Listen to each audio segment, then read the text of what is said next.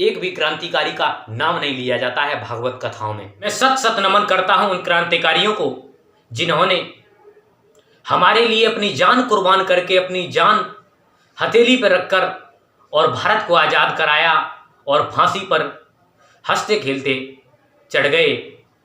आज ही के दिन 19 दिसंबर 1927 ईस्वी को, क्या नाम था उनका? नाम था रामप्रसाद बिस्मिल, जिसने यह तक कह दिया था कि पिताजी मैं घर को छोड़ सकता हूं लेकिन आर्य समाज को नहीं छोड़ सकता। यहां तक उन्होंने कह दिया था। लेकिन एक बात से मुझे बहुत दुख उत्पन्न होता है कि आज हमारे देश के नौजवान, आज हमारे देश के लोग उन लोगों को भूलते चले जा रहे हैं, हमारे शहीदों को भूलते चले जा रहे हैं, जिन्होंने हम लोगों को जंजीरों से, जो गुलामी की जंजीर थी उससे बाहर निकाला और आज हम स्वतंत्र रह करके अपना कार्य कर रहे हैं। लेकिन उन लोगों ने हमको तो स्वतंत्र कर दिया लेकिन खुद हंसते खेलते फांसी पर चढ़ गए। ये बड़े दुख की बात है कि उन्होंने न तो अपने घर को देखा, न अपने परिवार को देखा, उन्होंने देखा तो अपने देश को देखा और देश को आज़ाद कराने के चक्कर में खुद ही फांसी पर हंसते खेलते चढ़ गए थे। इस बात से बहुत दुख होता है। आज हम उनको भूलते चले जा रहे हैं। रामप्रसाद बिस्मिल का जन्म 11 जून 1997 में उत्तर प्रदेश के सहारनपुर जिले में हुआ था। इनके पिता का नाम मुरलीधर था और माता का नाम मूलमती था। जब ये बड़े हुए तो इनके पास बहुत कुरीतियां थीं, अस्त व्यस्त विचारों में फंसे हुए थे। तो ये कभी कभी सिगरेट का भी सेवन किया करते थे। जब स्वामी दयानंद सरस्वती के लिखे हुए सत्यार्थ प्रकाश ग्रंथ के अस्तित्व में आए, स्वामी दयानंद के संपर्क में आए, स्वामी दयानंद का जो सत्यार्थ प्रकाश लिखा हुआ एक ग्रंथ है उसके अस्तित्व में आए, तो उन्होंने देखा कि इसमें तो कुछ नहीं है, मुझे वैदिक धर्म की तरफ चलना चाहिए। तो वह वैदिक धर्म की तरफ गए और उन्होंने फिर आर्य समाज से प्रेरित होकर उन्होंने आर्य समाज में जाना स्टार्ट कर दिया, वहाँ की विचारधारा को प्राप्त करना स्टार्ट कर दिया। जब उनके पिता को मालूम पड़ा कि मेरा बेटा आर्य समाज में जाता है, तो पिता ने कहा कि बेटा अगर तू आर्य समाज में जाएगा तो घर को छोड़ दे, या फिर घर में रहना है तो आर्य समाज को छोड़ दे। तो बेटा ने कहा पिताजी मैं आर्य समाज को नहीं छोड़ूंगा बल्कि घर को छोड़ सकता हूं लेकिन आर्य समाज को नहीं छोड़ूंगा। वो ऐसे थे, उनको साहित्यकार भी कहा जाता है और एक उनके अंदर एक अवगुण भी था। फिर उसके बाद में वो गुण बन गया।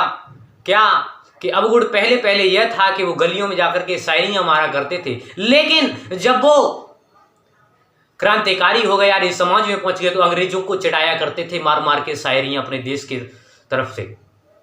तो ये बहुत बड़ी खूबी थी उनमें। उसके बाद में जब उन्होंने ये बात हुई, पिता से ये संवाद हुआ, पिता ने कहा बेटा मेरे ये कपड़े हैं, मैंने तुझे कपड़े दिलवाए, कपड़े उतार दे। उन्होंने कपड़े उतार दिए और चले गए आर्य समाज में रहने लग गए। और वहीं पर उन्होंने क्या किया, वहीं पर उन्होंने अध्ययन किया, वेदों को पढ़ा, शास्त्रों को पढ़ा, दर्शनों को पढ़ा।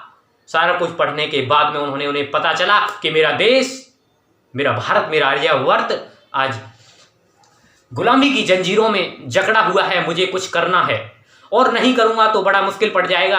आज मेरा देश चिल्ला रहा है, चीख रहा है। फिर उन्होंने देश को आज़ाद कराने के लिए क्रांतिकारी आंदोलन किए। आंदोलनों में बहुत से लोग और शामिल हुए, जिसमें भगत सिंह, चंद्रशेखर आजाद, सुभाष चंद्र बोस, ये रामप्रसाद बिस्मिल, ऐसे बहुत सारे लोग थे जिन्होंने भारत को आज़ाद कराने में बहुत ही अहम भूमिका निभाई। और जो है एक बार की बात है कि जब रामप्रसाद बिस्मिल इन्होंने सोचा कि जब तक हम अगर हथियार नहीं खरीदेंगे तो कुछ नहीं होने वाला, हथियार खरीदना बहुत जरूरी है। हथियारों के लिए पैसे नहीं थे, क्या करें? तो उन्होंने प्लान बनाया कि अंग्रेजों की जब वहां से ट्रेन आएगी और उसमें पैसे होंगे, उनको लूटना है। तो काकोरी कांड आपने नाम सुना होगा। लखनऊ पैसेंजर में पैसे आए थे, डब्बे में भर के, और ये लोग लखनऊ से बैठ गए और काकोरी रेलवे स्टेशन पड़ता है, वहां पर ये इन्होंने क्या किया कि जंजीर को खींच दिया और ट्रेन रुक गई। इन्होंने फिर लूटी। तो और लूटने के बाद में उनकी जो रामप्रसाद बिस्मिल की शॉल वहीं पर रह जाने के बाद में क्या हुआ कि जब उनकी शॉल वहां पर रह गई तो फिर तो क्या होता है, शॉल उनसे पता चलता है कि ये रामप्रसाद बिस्मिल की शॉल है, और रामप्रसाद बिस्मिल को तुरंत वहां पर पकड़ लिया जाता है। उनके दोस्तों को सारों को पकड़ लिया जाता है। जब सबको पकड़ लिया जाता है, कोर्ट में फैसला पहुंचता है। जब कोर्ट में फैसला पहुंचता है तो क्या होता है, कोर्ट में फैसला पहुंचने के बाद में 27 जब कोर्ट में फैसला पहुंच जाता है तो कोर्ट में फैसला पहुंचने के बाद 19 दिसंबर 1927 की तारीख दे दी जाती है कि रामप्रसाद बिस्मिल को इस दिन फांसी पर चढ़ाया जाएगा। और भी कई थे, और उसके बाद में कई लोगों को, बहुत सारे मित्रों को 2-4 साल की सजा भी दे दी थी जेल की, लेकिन इनको फांसी की सजा दी गई थी। 3 लोगों को फांसी पर चढ़ाया गया था। वो कौन कौन थे? पहले थे रामप्रसाद बिस्मिल, दूसरे थे मनमोहन सिंह और अशफाक उल्ला खां। ये 3 लोग थे जिन्होंने फांसी को हंसते खेलते चूम कर चढ़ गए थे।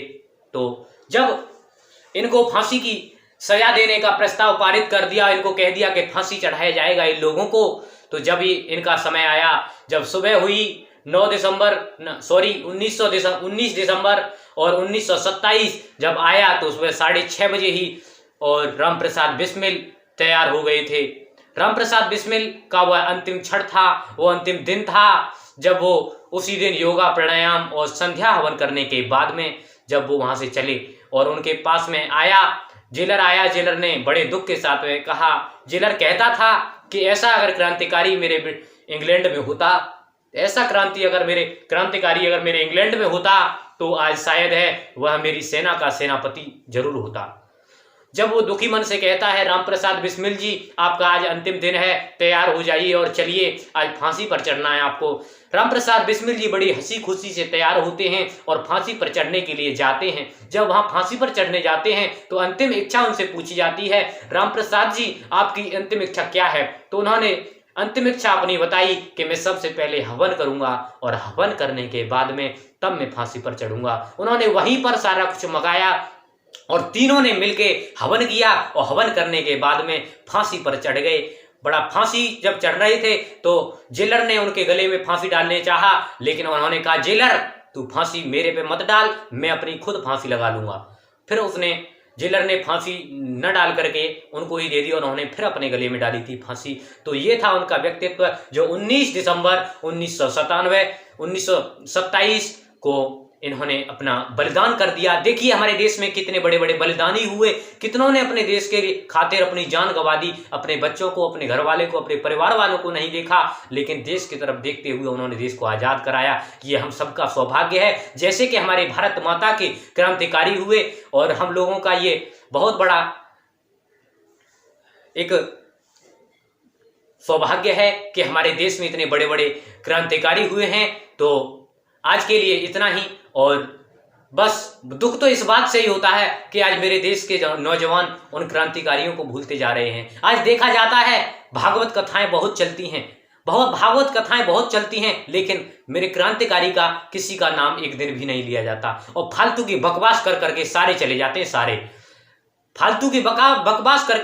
जाते हैं, लेकिन एक भी क्रांतिकारी का नाम नहीं लिया जाता है भागवत कथाओं में। तो इतना ही आज के लिए, फिर मिलते हैं फिर नेक्स्ट वीडियो में। जय हिंद, जय भारत।